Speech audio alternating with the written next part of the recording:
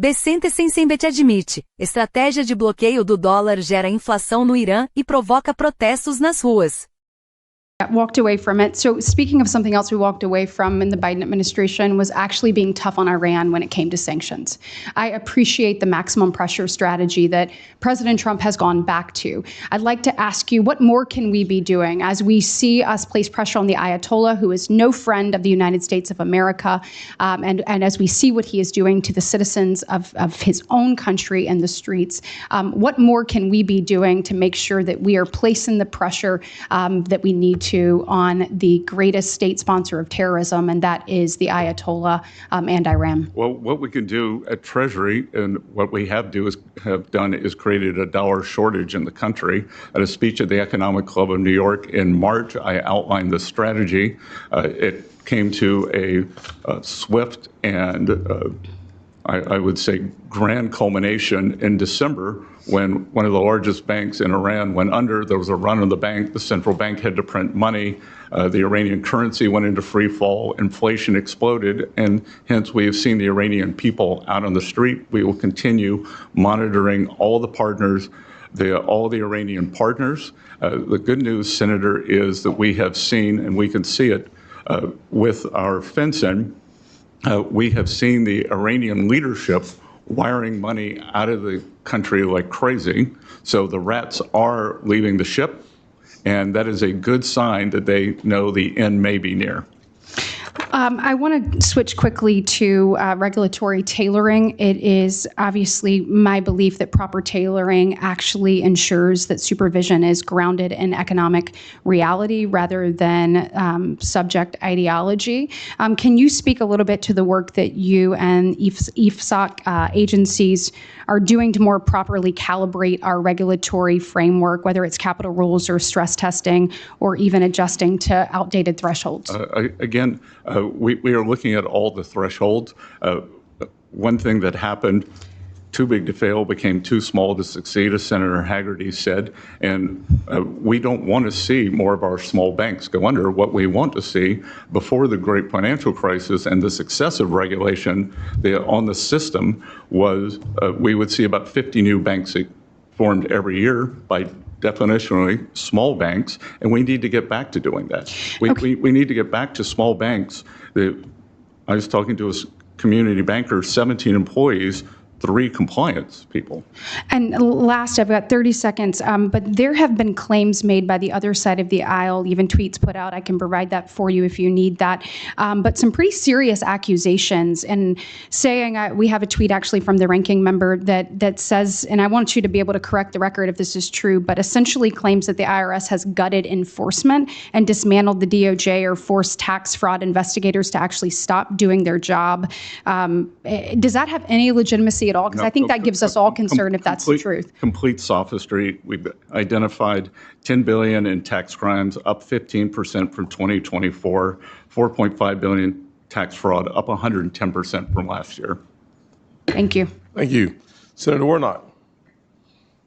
Thank you, Chair Scott, and welcome, Secretary Bessent. President Trump promised that his administration would usher in a, quote, golden age of American manufacturing. In September 2024, at a rally in my home state of Georgia, Donald Trump said, quote, we're going to have a manufacturing boom. Secretary Bessent, we're now more than 1 year into the Trump administration. Yes or no? Has there been a manufacturing boom in the United States? There are the beginnings of a manufacturing boom. We have intentions, factory groundbreakings, sir. So your answer to that is yes, there's been a manufacturing boom? That we are at the beginning of a manufacturing boom. Okay, you and I could agree to disagree, but more importantly, manufacturers are telling us something different. Manufacturers are struggling because of the president's policies, and that's what they keep telling us, and the facts keep telling us. In fact, just this past Monday, the Wall Street Journal published this article entitled, U.S. Manufacturing is in Retreat, and Trump's tariffs aren't helping. I request consent to enter this article into the hearing record. Mr. Chairman? Without objection. Secretary Bessent, do you know how many manufacturing jobs the United States has lost since Liberation Day in April 2025, when the president first announced his tariffs? Yes, Senator, because you were out of the room, but it was already brought up. We do many things, sir. I don't need you to tell me where I was. 72,000, and I will point out that the Wall Street Journal 72,000 is not called the Main Street Journal, and they care more about Wall Street than Main Street. I'm not asking you to opine on the Wall Street Journal. I have 3 minutes. Just answer the questions that I'm actually asking you. So 72,000 manufacturing jobs, according to the Federal Reserve Bank of St. Louis. Thank you for answering the question. Manufacturers shed workers in each of the 8 months after President Trump unveiled his tariffs on what he called Liberation Day. I would submit that it's a strange liberation and a curious freedom that leaves you unemployed. Even worse, smaller businesses are struggling to keep up with the tariff chaos.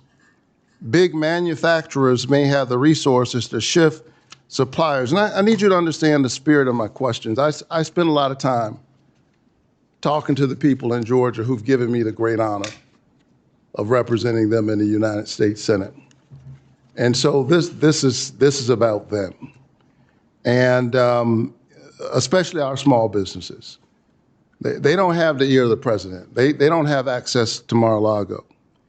And so they're not able to insulate their company from the worst of the tariff. Secretary Bessent, small businesses without the same resources or unfettered access to the president, what should those businesses do for the relief if they can't get into Mar-a-Lago? Again, sir, small business confidence is up.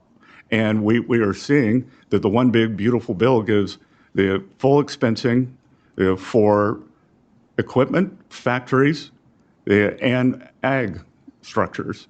They are telling us that it's more expensive to make basic things. We are moving in the wrong direction. The facts don't lie. The president lies often, but the facts don't lie. In fact, if you're saying we're at the beginning, basically your answer to those small businesses is wait a little while. Is that the answer? That a year from you ask about manufacturing. That's right. So I'm asking you, and I am saying I'm asking you about this manufacturing boom. Will we see something different a year from now? We are going to see it. I was just in my home state, Senator Scott's state, South Carolina, that we are seeing a boom there. And I believe Georgia has very good pro-business policies. I'm sure you will see a boom there also. The factory build intentions are quite high. I'll tell you what I see. I see, as I talk to folks, that it's more expensive to build things in America. I see that we've lost 72,000 jobs a year into this administration. We've lost manufacturing jobs every month since he called for Liberation Day. And meanwhile, folks who are working in these small businesses trying to make their lives work, they're seeing higher costs. They're seeing their costs go up for groceries. They're seeing their costs go up for electricity. They're seeing their costs go up for health care. And I think the American people are still waiting for a solution. So far, we haven't seen one coming out of this Trump tariffs regime. The Baptist preacher is done, and I have no time left. Thank you very much, Mr. Secretary. Inflation. Senator Ricketts. Thank you very much, Chairman Scott and Ranking Member Warren, for this hearing, and Secretary Bessent, thanks very much for being here. Appreciate it. It's good to see you, Senator. Good seeing you. And I want to thank you and commend you for updating the 45Z clean fuel production credit. That is very important, so thank you very much for getting that out. Your guidance incorporates what we put in the Working Families Tax Cut. Remember, that's how we rebranded the One Big Beautiful Bill, and supports Nebraska farmers and biofuel producers. So that's really, really important. It also ensures that feedstocks from faraway countries will not be allowed to get that credit, which means American taxpayer dollars will stay here in America. That was very important. So Secretary Bessent, appreciate that. Also want to just comment on one of my colleagues from the other side of the aisle talking about the ag economy.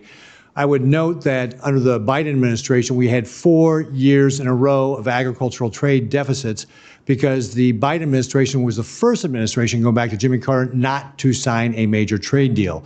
And that is one of the reasons why we have such a hard time right now in the ag. And in fact, when talking about input prices, under the Biden administration, June of 2022, Diesel hit $5.75. Now it's at $3.52.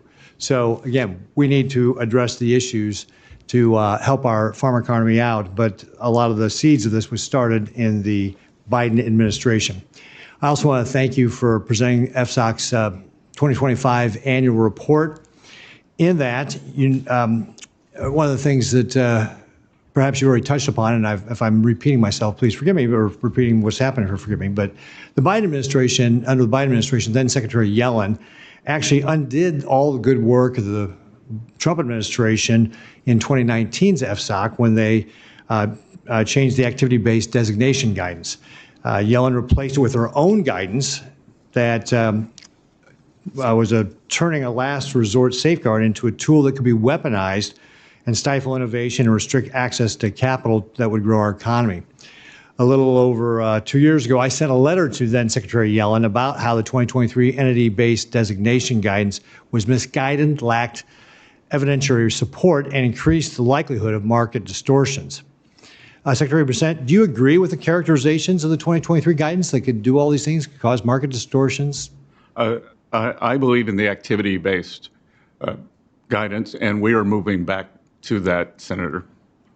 Great. And Senator, if I could just point out that FSOC under Secretary Yellen, 2 weeks before the three of the largest bank failures in U.S. history, many of them due to bond market portfolios, identified climate as the biggest risk to financial stability. They had not over-leveraged bond portfolios. Seems like misplaced priorities given a financial service sector. Secretary Yellen rolled out her new guidance, and then she stripped out the cost-benefit analysis of it. In your view, does cost-benefit analysis matter in evaluating to use FSOC's SIFI designation authority? Again, sir, without that, why would you do it?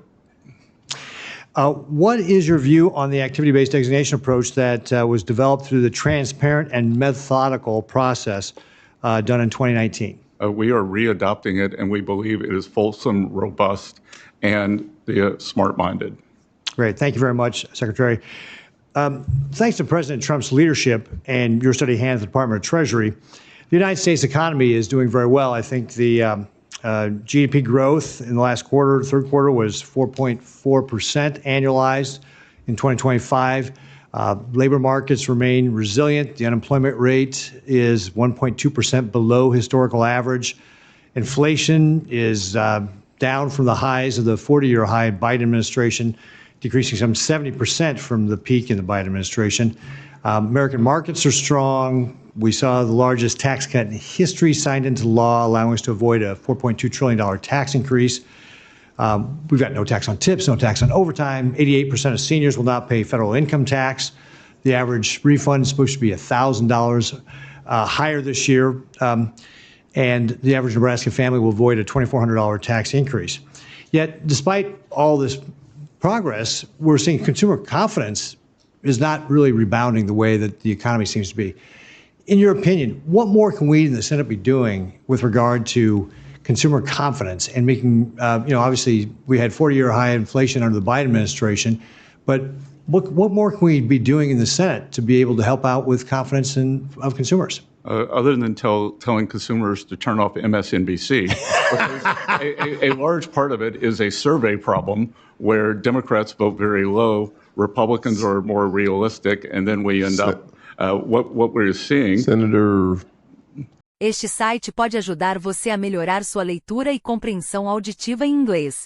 Com inteligência artificial, ele divide as frases em partes menores e fáceis de entender. Na ferramenta de reprodução, você pode ajustar a velocidade, pausar ou voltar para entender cada frase.